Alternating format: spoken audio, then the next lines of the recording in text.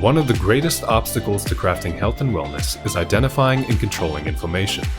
It's at the core of all complex and chronic diseases, and is the driving mechanism that underlies the most common symptoms that people like you struggle to overcome. Join us as we explore cutting-edge science and research to give you the information and tools you need to create the quality of life you want and deserve. And now, here is the host of Inflammation Nation, Dr. Stephen Noseworthy. Hey guys, we're back to finishing off our discussion on discipline and motivation. Really what we're talking about is adherence. And just a super quick reminder, a lot of times when people say, I need to get motivated to do X, Y, Z, what they're really doing is, what they're saying is, I need to find a way to stick to my plan. And so adherence is really the key word. And what I shared with you last time is that in general, adherence has several different subcategories. And so in the last episode, we talked about inspiration and motivation, and we drew the distinction. So very quickly, as a brief review before we move on to the next category, inspiration is the want to. It's a very short-lived but very powerful spark that makes you want to do something or be something better, but it fades very quickly. And so if you expect inspiration to do a lot for you, you have to be doing things to be inspired all the time. There's nothing wrong with constantly looking for inspiration, but if you don't go beyond that, you're not going to carry through. You're not going to stick to things. The next category is motivation. In my analogy from last episode where I said, hey, imagine you're trying to light a fire and you lay down some kindling and then some firewood. Inspiration is the match that you light to light the kindling. The kindling is the stuff that burns easily but short, and then it catches everything else on fire, right? So motivation is not that it's not emotional, but it's less emotional than inspiration, but it is much more concrete and sustainable, because whereas inspiration is about the want to, motivation is about why whatever it is you want is important to you. Why is it important for you to lose weight, to gain muscle, to be able to bend over and pick up something or someone, or to engage in recreation, or to protect yourself from aging, or whatever the case might be? Why is something important to you? But the caveat is that motivation, as important as it is, it waxes and wanes. And so the danger with focusing only on motivation is that your adherence is high when you're motivated and your adherence is low when you're not. And sometimes the gap between the two is really wide, especially if you're not used to doing things that are difficult or new. So motivation itself is not enough. And I think I ended the last episode by saying beyond inspiration and motivation, we need something else. And what we need is intention. So if inspiration is want to, motivation is why, intention is what or how. Intention is your commitment to follow a plan, right? Inspiration provides the spark to get started. Motivation provides the specific goal and end result and why something's important. Intention is the roadmap of how we get there. It is the want, the what, and the how behind the want and the why. Hopefully I didn't lose you in all of those W words. You might say, I want to go visit my cousin in California. But unless you know how to get to California and you have a means to get there, you're not going to see your cousin unless you jump on a Zoom call or something like that, or FaceTime. You get my point. There has to be a plan.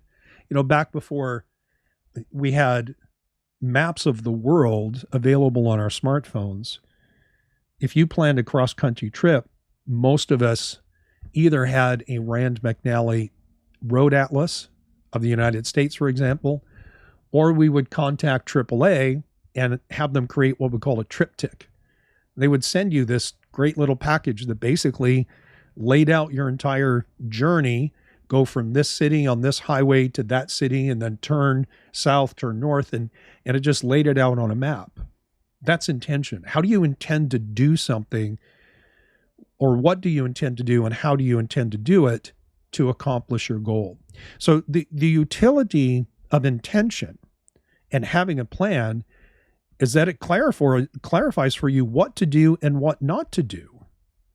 If I leave my place and I want to go to the grocery store, and normally I would turn left to go to the grocery store, if I get out and turn right, I'm not going to go to the grocery store. You have to have the specifics of what do you do, what do you not do. For example, when I take on new clients for my one-on-one coaching, we often start with modifying their diet. It's one of the easiest things to do in the beginning. It's also one of the most important things to get right. Once we decide what kind of diet we're going to follow, because I don't give everyone the same diet, I send them a set of rules to follow and a list of foods that I want them to eat and a list of foods that I want them to avoid and the reason why certain foods are on certain lists. It's one thing to say that we're going to put them on an eating plan. Like, I want you to follow a diet. Well, what does that mean? What kind of diet? It's another thing to plan out the content of their diet. How many calories do they need to eat? How do we divvy those calories up between protein, fat, and carbohydrates every day? These are the details. This is the what and the how that's going to get you where you want to go. So again, if all I said to you is I want you to eat healthy, you might have a fuzzy picture of what that looks like, but eating healthy is not a plan. That's not a plan, not even close, right? Likewise, if all I said to you is that I want you to start exercising, hopefully you would ask, well, what kind of exercise? How often do I do it? How hard do I push? When do I rest? If I said to you, I want you to take some nutritional supplements, wouldn't you wonder which ones and what the dosage is and how long do I take them for? That's intention. It's a plan with specifics. To say it another way, a goal, the what and the why, not the what, the want and the why, having a picture of where you want to be without having a plan to get there is just wishful thinking. A why without a how is a dream. That's all it is. It's not going to materialize. So you want to lose weight, but how are you going to do that? Are you going to cut calories? How many calories? Well, I'm just going to eat less and I'm going to move more. Oh, great. How much less are you going to eat? And is that calorie deficit going to come from fats or carbohydrates or both? And how much more are you going to move? Are you going to run a marathon every month? Are you going to work out 4 days per week or 6 days per week or twice per week? When you go to the gym, if that's where you work out, what are you going to do? Are you going to lift weights? What exercises?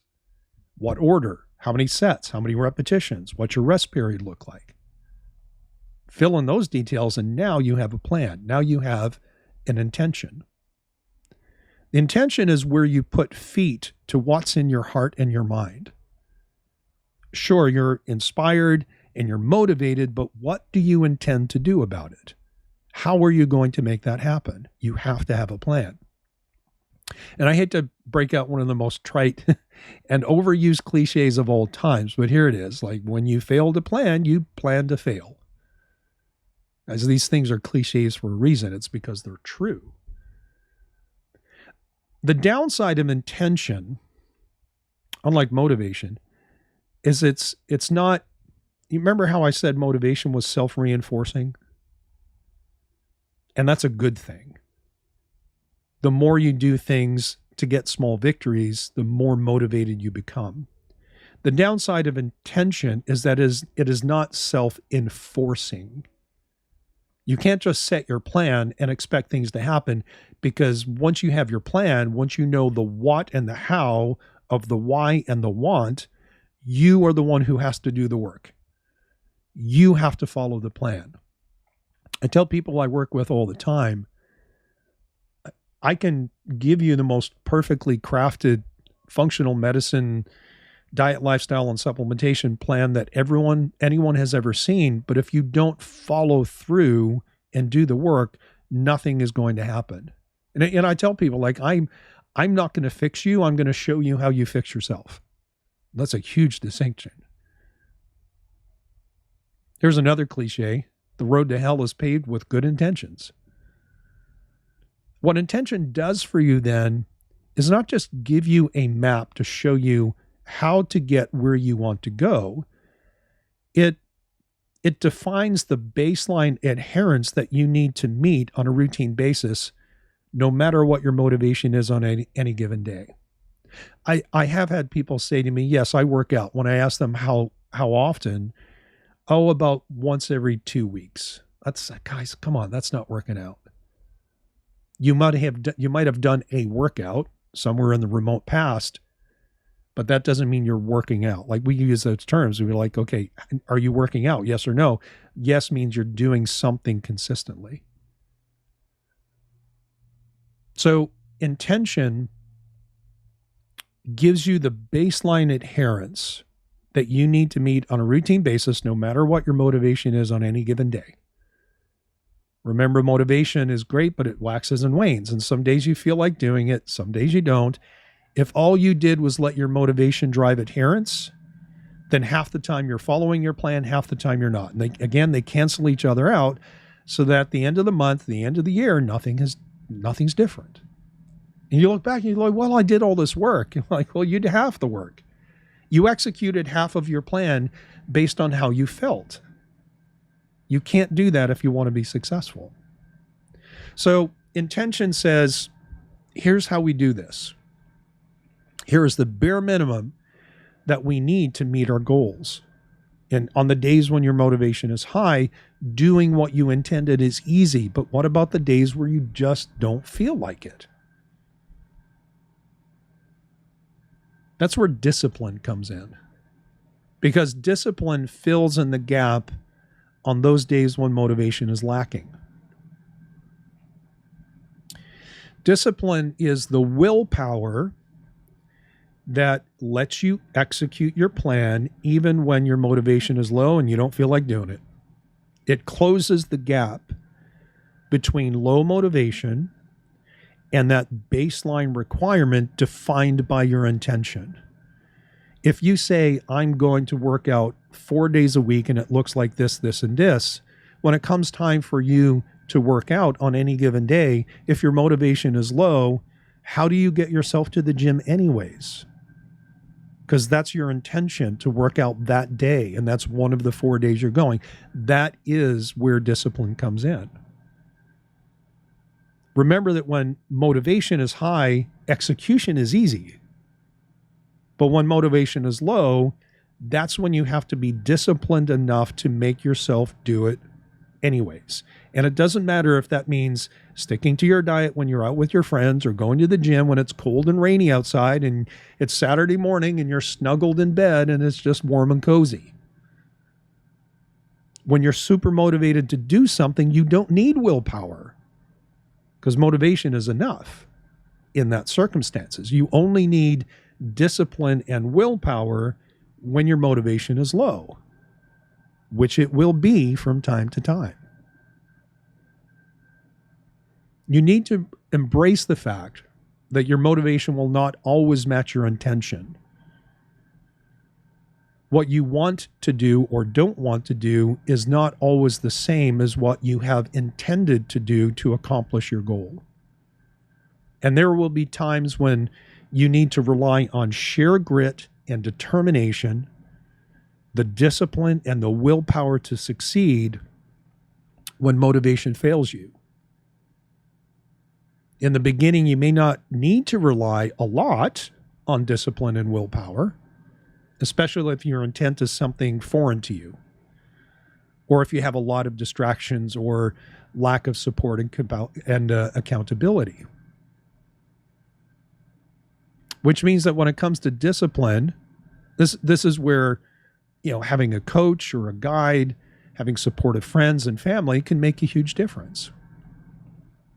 I have many clients who actually continue seeing me every few months after they've completed their initial programs, because they know that I'm going to be there to cheer them on, to hold them accountable to the things that they said they were going to do.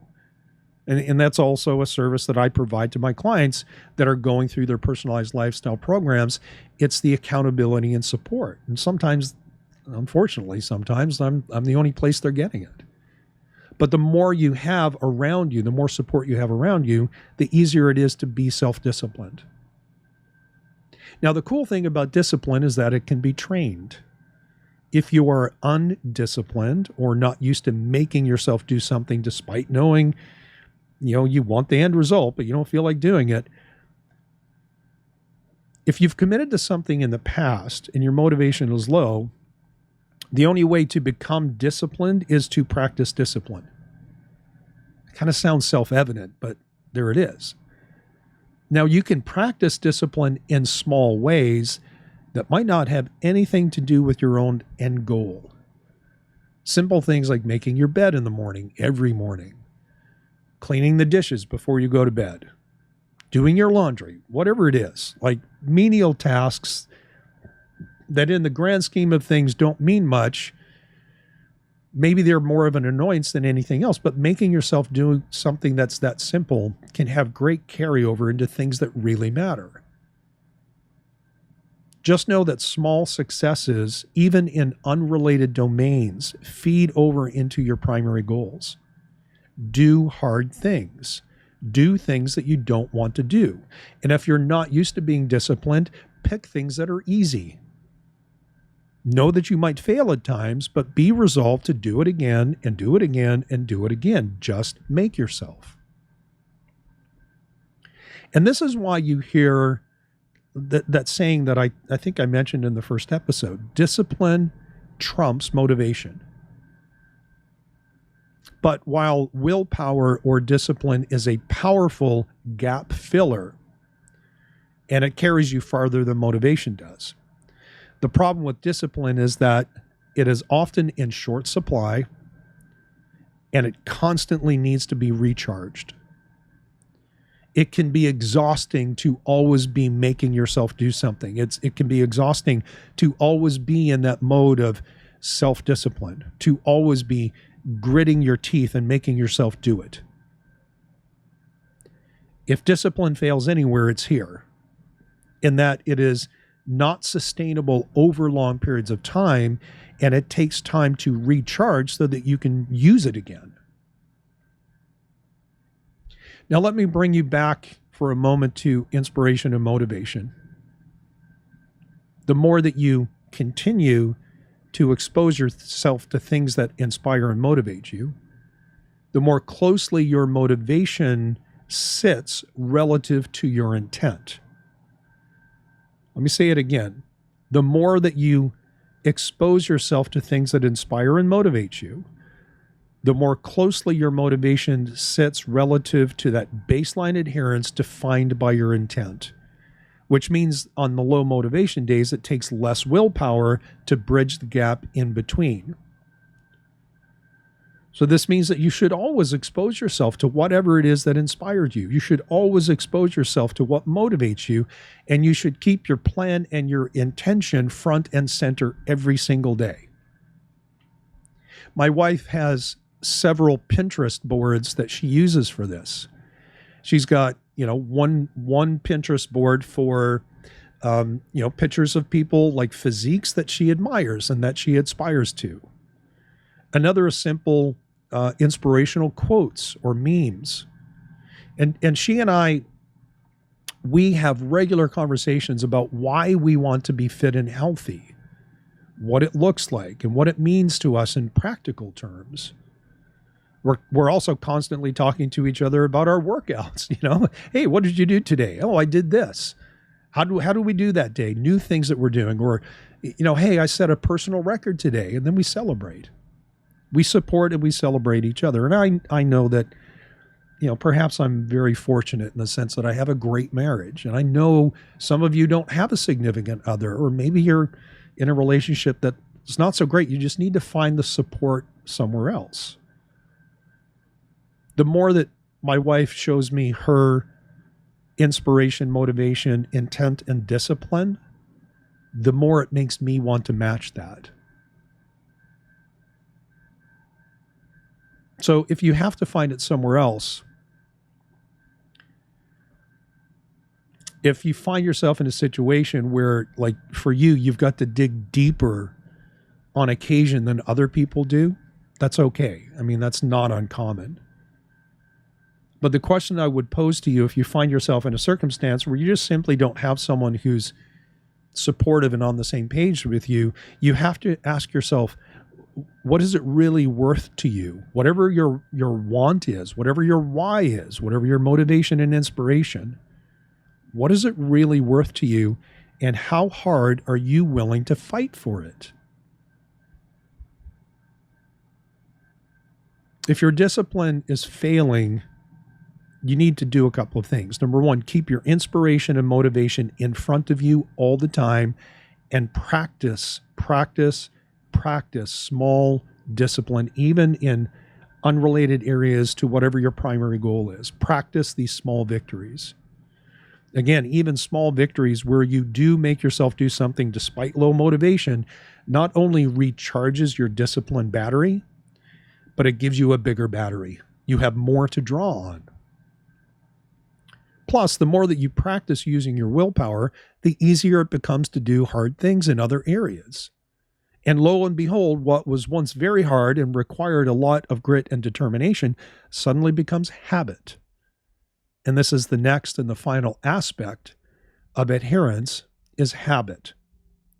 Habit is where something becomes somewhat automated. And doing it requires very little thought, very little energy. And you don't have to make yourself, you don't have to push yourself. Most of us don't have to think hard about brushing our teeth or washing our hands.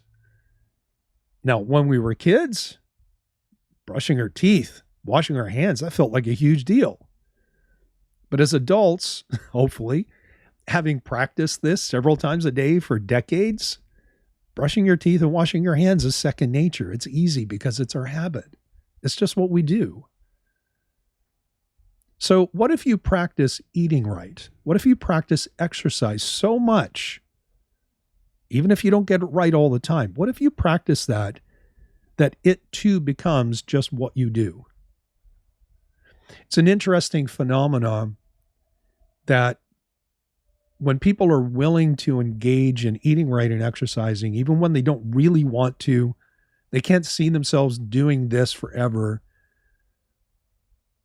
At some point, they not only appreciate and love the results that they're getting, they start to enjoy the actual process, to the point where not eating right seems unnatural. Not exercising feels like there's something missing. That's when you know you've developed your habit. Habit doesn't abolish things like low motivation. It doesn't mean you never have to be disciplined.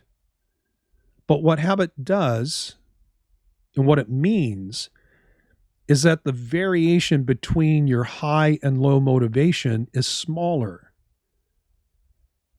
The gap between low motivation and high motivation is smaller. And if you need willpower to overcome an obstacle, it doesn't take all that much. It doesn't deplete you like it used to. In the early stages, again, of embracing healthy diet and lifestyle, there's a large space between your motivational highs and lows. The highs are really high and the lows are really low, which means you need more discipline and willpower to fill the gap between the baseline of intention and what your motivation tells you can do that day. But as whatever new behavior you practice becomes progressively more automated, the gap between the motivational highs and lows narrows, which means your lows aren't so low anymore, and they sit much closer to that baseline of your intention, the plan, the what, and the how, which also means that it takes less sheer will and effort to make yourself do that which at the moment you don't really feel like doing. So with any new behavior, habit is the goal. As new things become more habitual, this is where we see success rates skyrocket. And this is what drives long-term adherence, because sticking to your optimized diet and your exercise plan no longer takes so much effort. It reduces the need for constant inspiration, constant motivation, and high degrees of self-discipline.